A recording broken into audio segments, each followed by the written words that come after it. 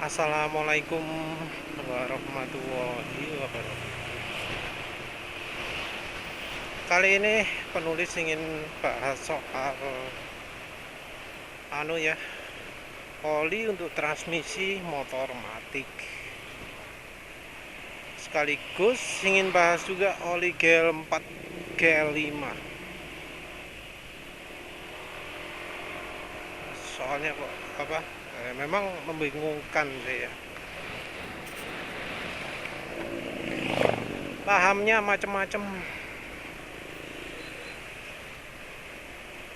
Penulis sendiri lebih percaya ke yang diposting di whitman.biz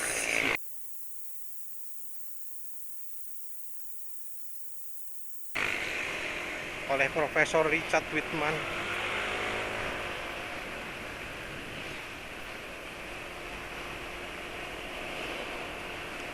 Oh ya, sebelumnya si penulis mau sharing juga ya. Jadi penulis tadi dikomentari ya sama ada sis Ida. Dia ngomong bahwa minyak goreng itu mengandung fatty acid metil ester kalau nggak salah ya.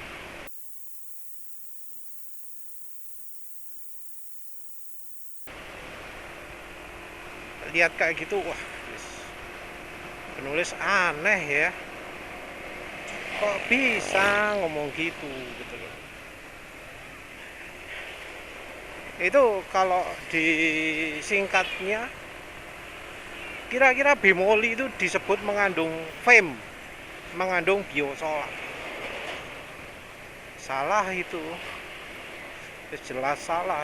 Walaupun ngomongnya gayanya kayak expert gitu ya, tapi begitu ngomong kayak gitu wis salah wis dia, nggak mungkin dia benar. Walau berikutnya ngomong kalau minyak goreng itu oksidasinya tinggi walau fresh ya, dia ngomong saya enak ya, gak nunjukkan angka. Padahal dia tahu sendiri kan kalau di dunia oli untuk mengetahui oksidasi oli caranya gimana sih? Caranya ya lihat warna oli, atau kalau nggak lihat warna oli adalah cek kalau olinya diteteskan ke kertas.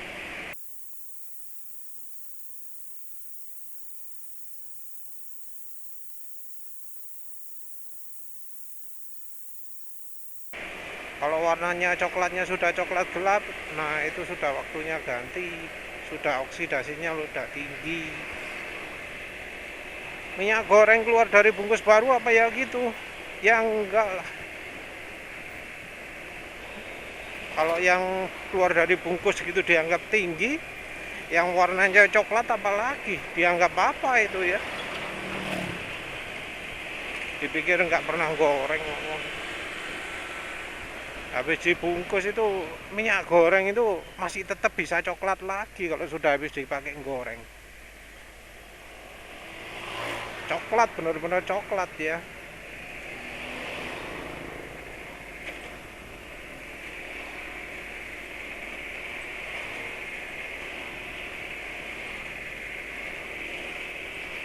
Nah, terus penulis cari sumber. Ya, sekarang sudah tahu bahwa film itu biodiesel, biosolar. Penulis cari dari biosolar. Nemu ya. Nemu bahwa film itu biosolar.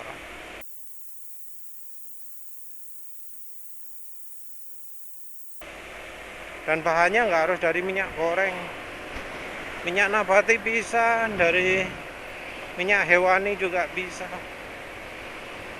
Dan ternyata di situ diposting juga anunya, apa nih, cara pembuatannya.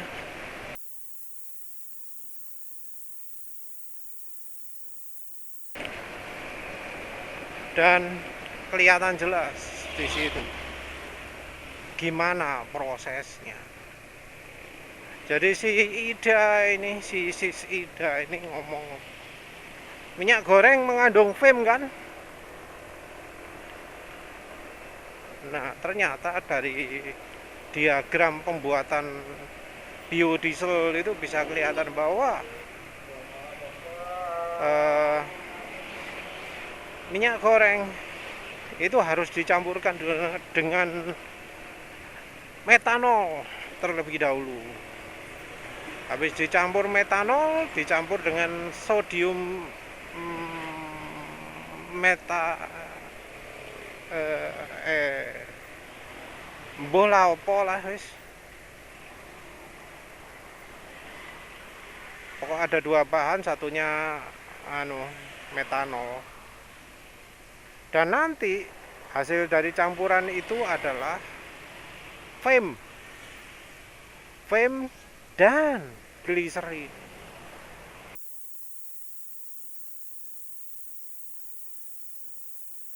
Jadi nanti fame dan gliserin ini katanya jadi misah secara otomatis. Hasil fame-nya ini dipakai untuk menghasilkan biodiesel, biosolar.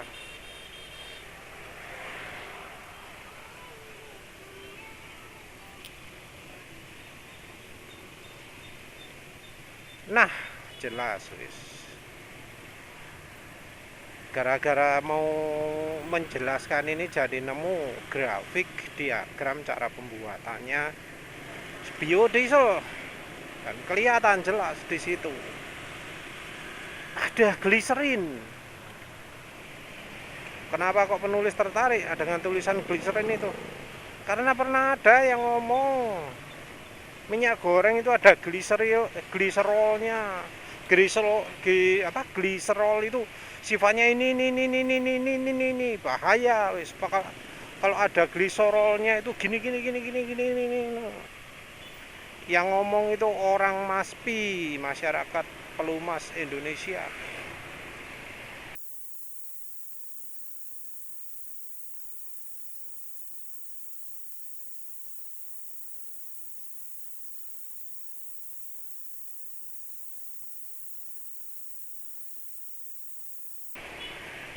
Juergen sopo ya, presiden direkturnya Wilburn Tech Indonesia atau apa itu.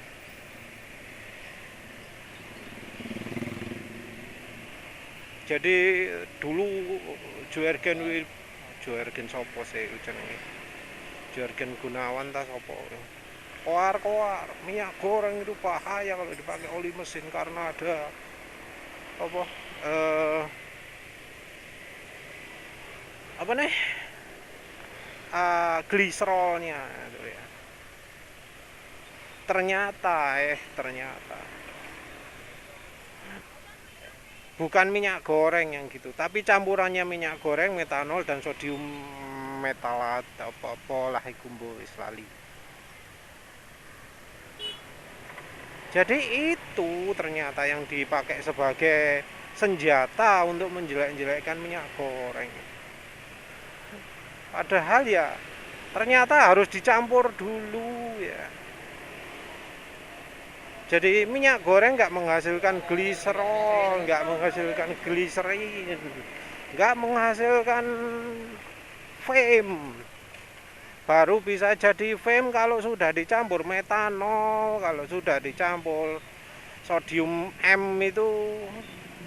Dan sesudah itu hasilnya juga sebelum dijadikan bahan bakar, airnya diuapkan dulu.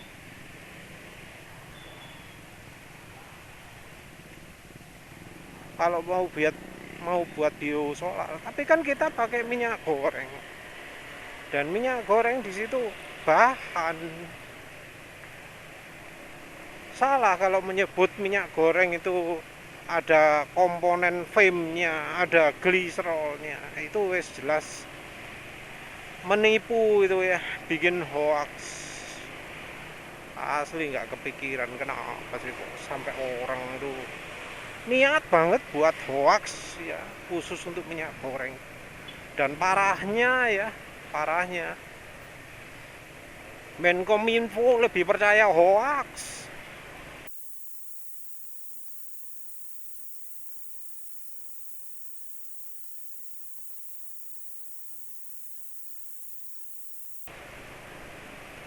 Hoaxnya Jurgen Gunawan ini dianggap fakta, padahal justru itu hoaxnya. Ironi ya, Menkominfo kok malah menyebar hoax.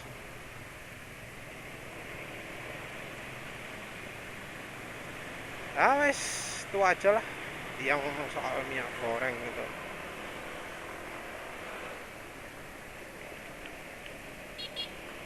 Nah, yang berikutnya ini yang G4 dan G5. Banyak ya yang tanya, oli transmisi apa sih yang cocok untuk motor matic? Oli apa yang cocok untuk motor matic? Kalau pingin serius,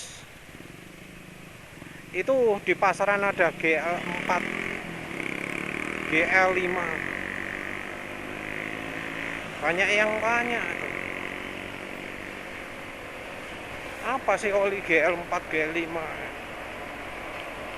Ada yang minta penulis bahas secara khusus. Mungkin ada yang ngomong bahwa GL4, GL5 itu adalah sebuah standar oli.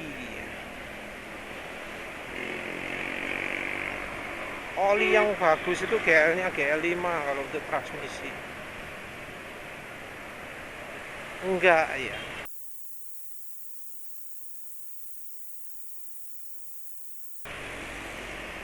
Enggak.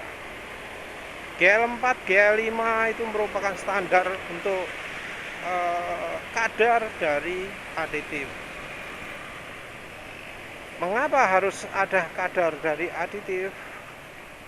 Karena ada beberapa komponen mesin yang kurang aman kalau aditifnya terlalu banyak. Aditif di oli transmisi itu ada macam-macam. Ada yang aditif EP, ada yang aditif apa jenenge?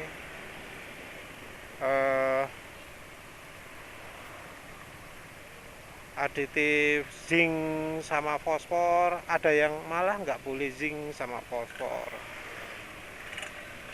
Dan kebutuhan ini tergantung sama part apa saja yang ada di yang mau dilumasi.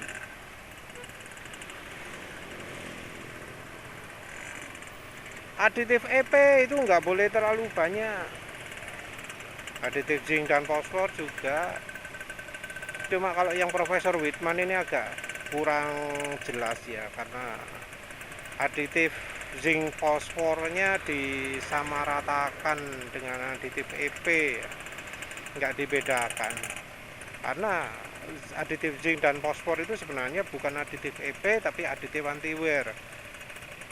Aditif anti wear itu adalah aditif yang sifatnya kerjanya nggak butuh suhu tinggi.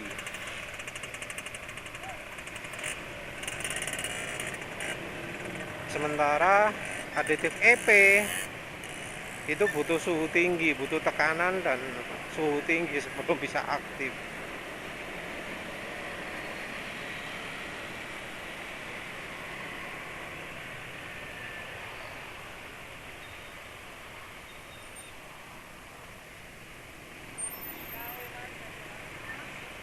Nah, aditif EP ataupun zinc juga, terutama si aditif EP itu punya kelemahan.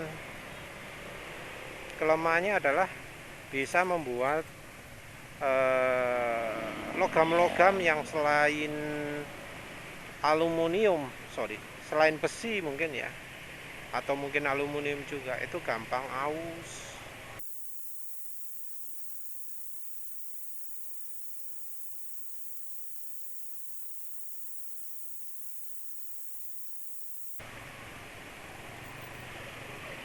Jadi oleh karena itu biar nggak aus harus dikurangi. Sementara itu ada komponen mesin lain yang karena gesekan atau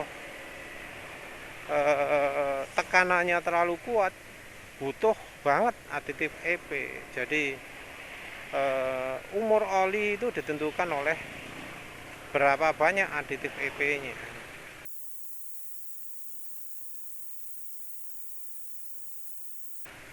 Kalau nggak salah 6% ya aditif EP-nya, penulis nanti cari tahu bener nggak 6%. Untuk standar API GL5 ya.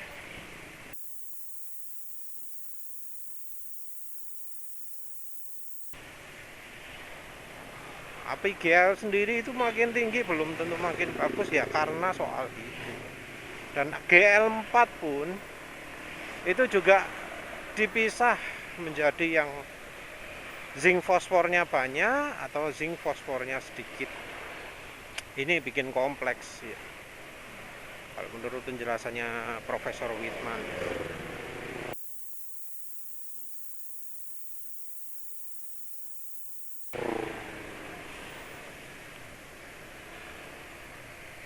Nah ini sayangnya nggak dijelaskan secara sempurna. Mungkin perlu pakai standar kendaraan lain ya, tapi kan masalahnya kalau standar dari pabrikan mobil itu nggak selalu dituruti sama pabrik olinya, nggak selalu disertifikasi.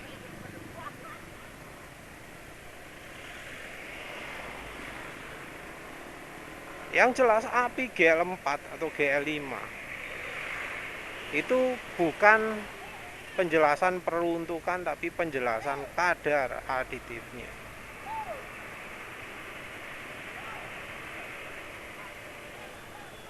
Jadi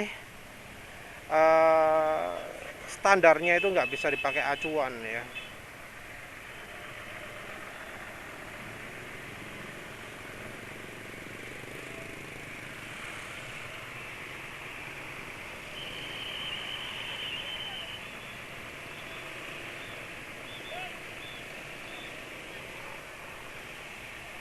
Jadi lebih amannya itu kita abaikan GL4, GL5.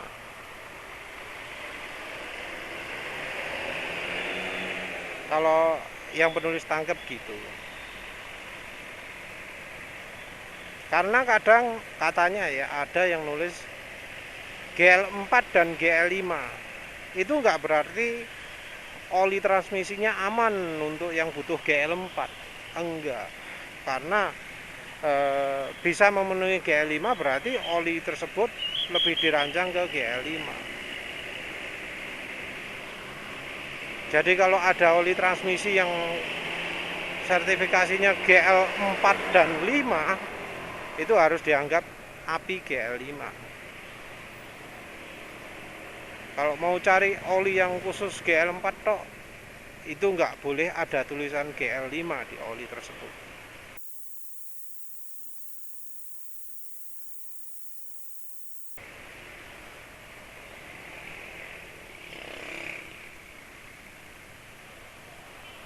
Jadi katanya untuk amannya jangan dilihat GL4 dan GL5-nya, tapi dilihat peruntukannya. Itu peruntukannya untuk transmisi model apa? Transmisi manual atau otomatis. Yang repot karena kadang pabrikan itu olinya manual dan otomatis ya. Tipe transmisi kan macam-macam.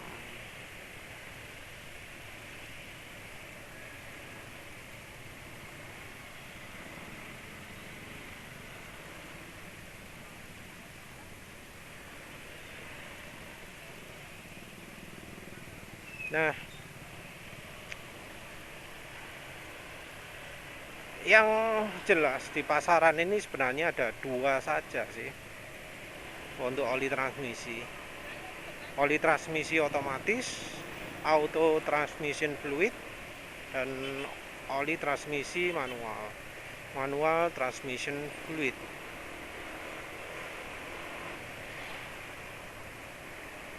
Nah, untuk rekomendasinya itu katanya bener-bener butuh yang spesial kalau misalnya pengen khusus, karena yang otomatis itu butuh untuk kemampuan hidrolisnya, butuh aman terhadap logam kuningan, butuh licinnya nggak licin-licin banget karena butuh ada rengket-rengkete gitu lah. Mungkin ibaratnya kalau oli mesin, mungkin oli mesin yang aman untuk kopling basah, kira-kira kayak gitu.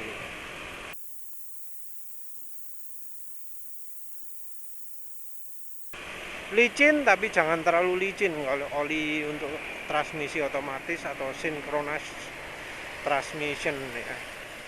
Entah sama atau enggak, penulis gak ngerti, anggap podo.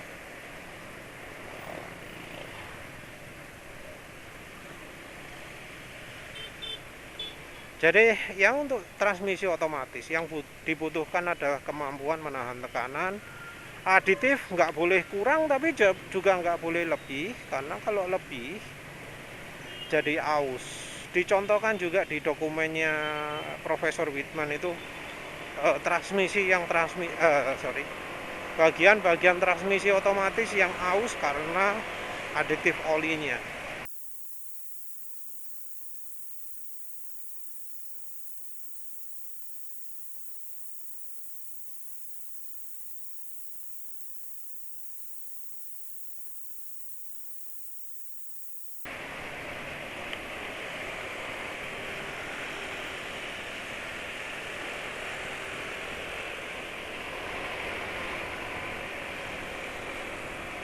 Transmisi manual juga butuh aditif, dan kalau transmisi manual pingin aman itu butuh banyak. Ini kita ngomong manualnya mobil ya, otomatisnya mobil sih kan, belum menginjak atau transmisinya motor matic. Di transmisi manual itu kadang tekanan itu sangat besar, dan karena pakai model hipoid, gear yang enggak benturan langsung tapi pakai mengsle pakai slidingan, bentuknya uliran gitu gearnya.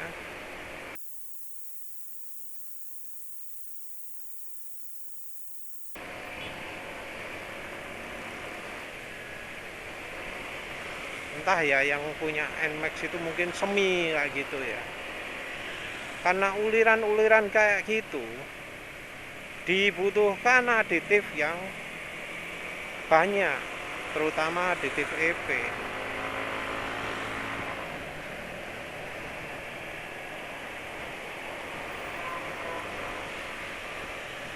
Itu, dan aditif EP yang banyak ini ya cuma ada di di GL5.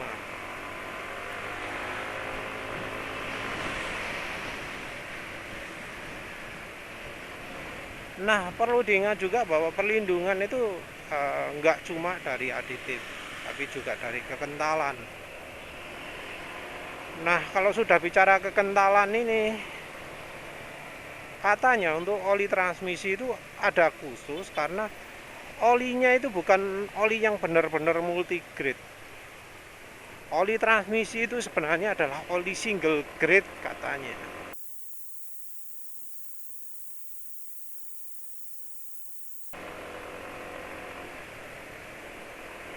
Oli single grade, nggak butuh multigrade. Kenapa? Karena polimer yang dipakai multigrade itu katanya bisa merusak juga, bisa merusak komponen transmisi otomatis.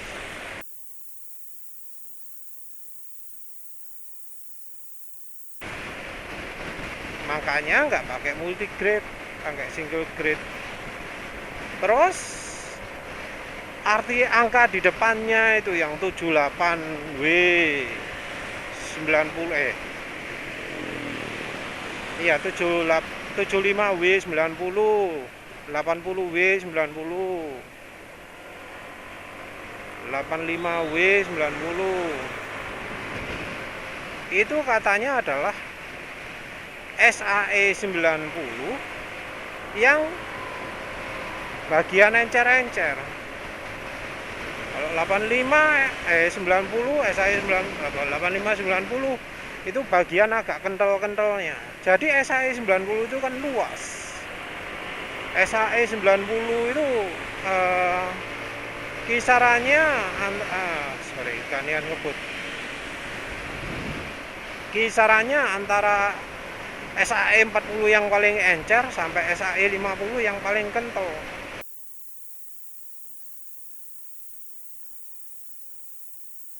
Jadi perlu tahu bahwa standar kekentalan oli transmisi itu beda dari standar kekentalan oli mesin.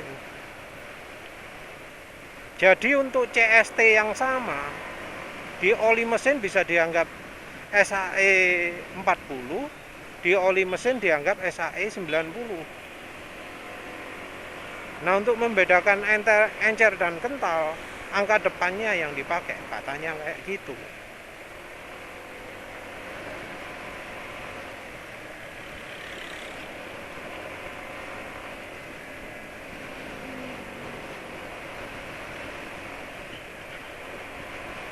Nah, kalau motor matic gimana transmisi motor matic? Yang mana yang cocok? Yang penulis tahu, transmisi motor matic itu nggak ada kuningannya. Yang ingat penulis loh ya. Yang ada itu bearing. Karena adanya bearing, maka nggak ada kuningan, maka yang cocok itu adalah oli manual sekalian yang aditif EP-nya banyak, MTF ya istilahnya. Wes itu. Tapi ya perlu diketahui juga bahwa katanya banyak yang mengemas oli mesin sebagai oli transmisinya.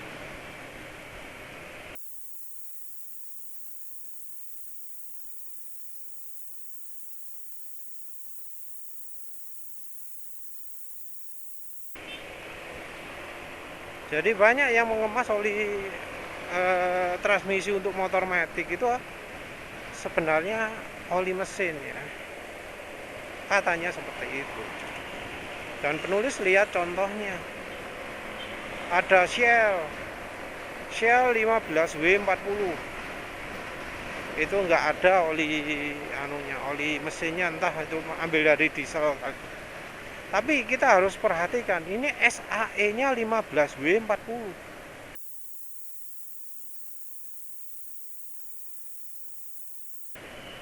Itu SAE-nya oli mesin itu. Bukan SAE-nya oli transmisi.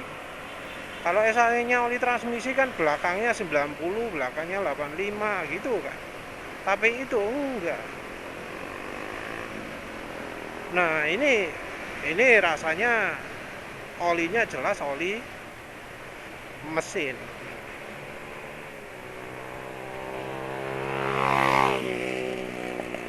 Jadi ya cukup aman juga pakai oli mesin di transmisi. Tapi ya harus diingat juga omongannya Profesor Whitman. Kalau pakai oli mesin untuk oli transmisi, jangan yang multigrade karena polimernya itu katanya bahaya. Nah, pilihan jadi makin sedikit. Ini artinya kita jangan pakai oli yang kekentalannya misalnya 10W40, 5W50. Tapi pergunakan yang seminim mungkin, misalnya yang 20W50, 15W40, 10W30, jangan yang besar-besar. Kalau dari bahan Profesor Whitman, rekomendasinya adalah grup 2 sih. Ya sekarang banyak oli grup 2, walau ada tulisannya full sintetis grup 2. Jadi itu keterangannya.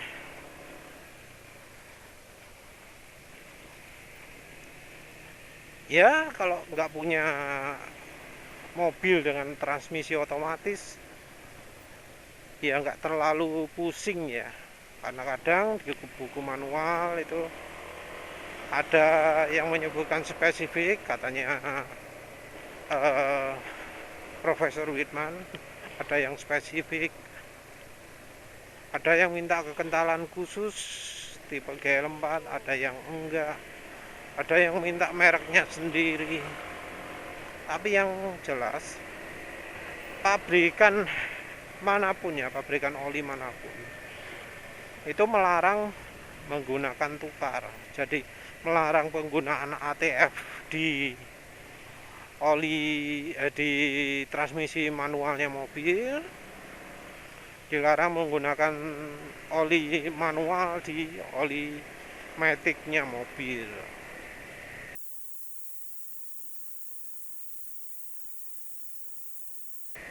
Itu semua pabrikan gitu.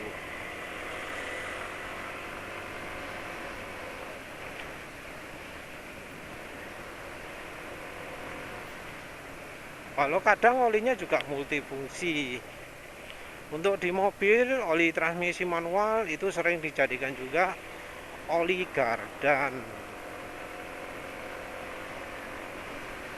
Oli gardan yang apa? Penggerak roda belakang Pak ya.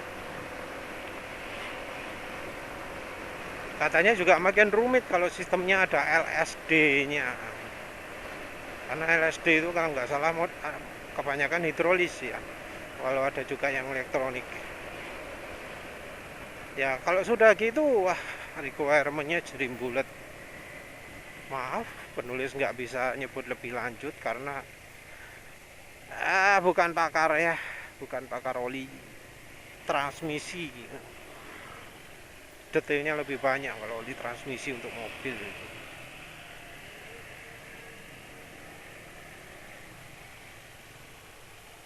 Aduh, lupa isi bensin.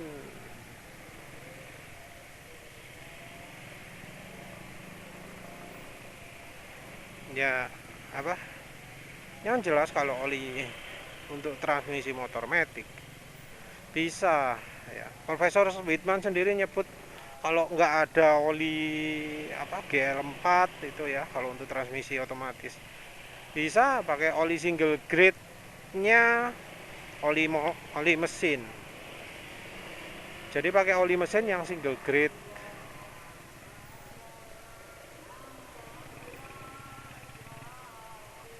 itu katanya bisa. Yang perlu jadi catatan juga adalah eh, kita itu sebenarnya nggak harus pakai oli khusus transmisi manual, karena katanya aus-ausnya itu kan tergantung dari juga dari seberapa banyak sih torsi motor itu, torsi yang membebani roda belakang. Yang terutama sangat butuh itu kan yang kendaraan-kendaraan dengan angkutan beban sangat berat atau yang tenaganya sangat melimpah ruah gitu.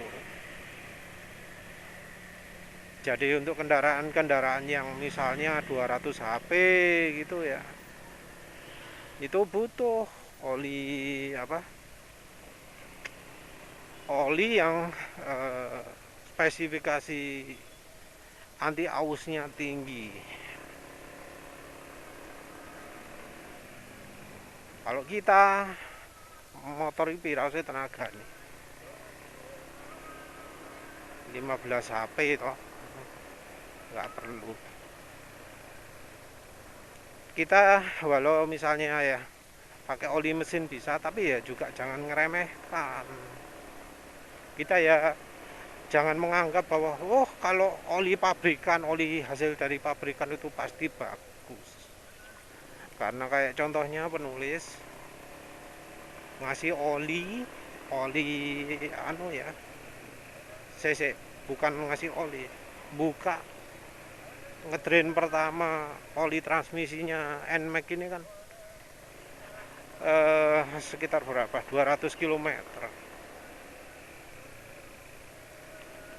di drain ya. Motor umur 200 km di drain, sudah ada glitternya, warnanya sudah coklat macam-macam.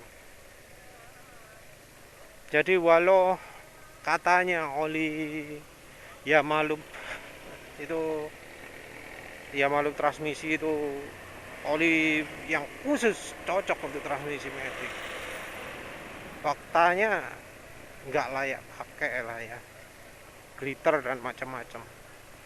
Oh iya bener, harusnya coba drain olinya ya. Udah berapa kilometer sekarang?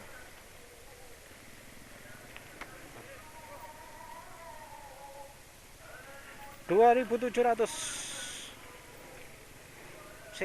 Si pendek ya, 2700. Perlu drain nggak? Masih 2700 nih.